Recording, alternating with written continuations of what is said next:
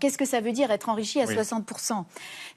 Donc, quand on a besoin d'utiliser de l'uranium pour faire de l'électricité, il suffit de l'enrichir en uranium 235 à 5%. Ça veut dire que vous n'avez que 5% dans votre matière d'uranium 235. C'est l'isotope U235. Hein, exactement. Tout le reste, c'est de l'uranium 238. Quand vous voulez aller faire des applications médicales, vous utilisez plutôt des petits réacteurs de recherche.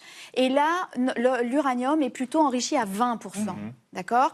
Et donc, là, on a 20%. Donc, les applications civiles s'arrêtent à 20%. Au-delà, aujourd'hui, il n'y a aucune application civile qui utilise un enrichissement au-delà de 20%. Et pour une bombe, c'est 90%. Pour une bombe, il faut au moins 90%. On peut commencer un peu en dessous, mais ça fera une bombe qui n'explosera pas très bien, quoi. Mais on peut quand même faire un engin atomique explosif avec un enrichissement en dessous de 90%. En combien de temps ?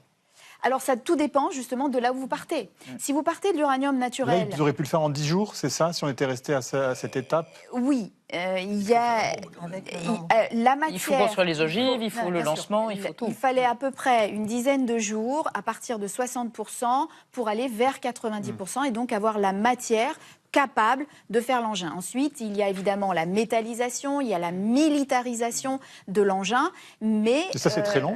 Non, c'est pas très long. C'est-à-dire ? Ça dépend un petit peu de l'état où ils en étaient. Mais en quelques semaines, ça peut être fait. Oui, en quelques semaines, ils auraient pu l'avoir.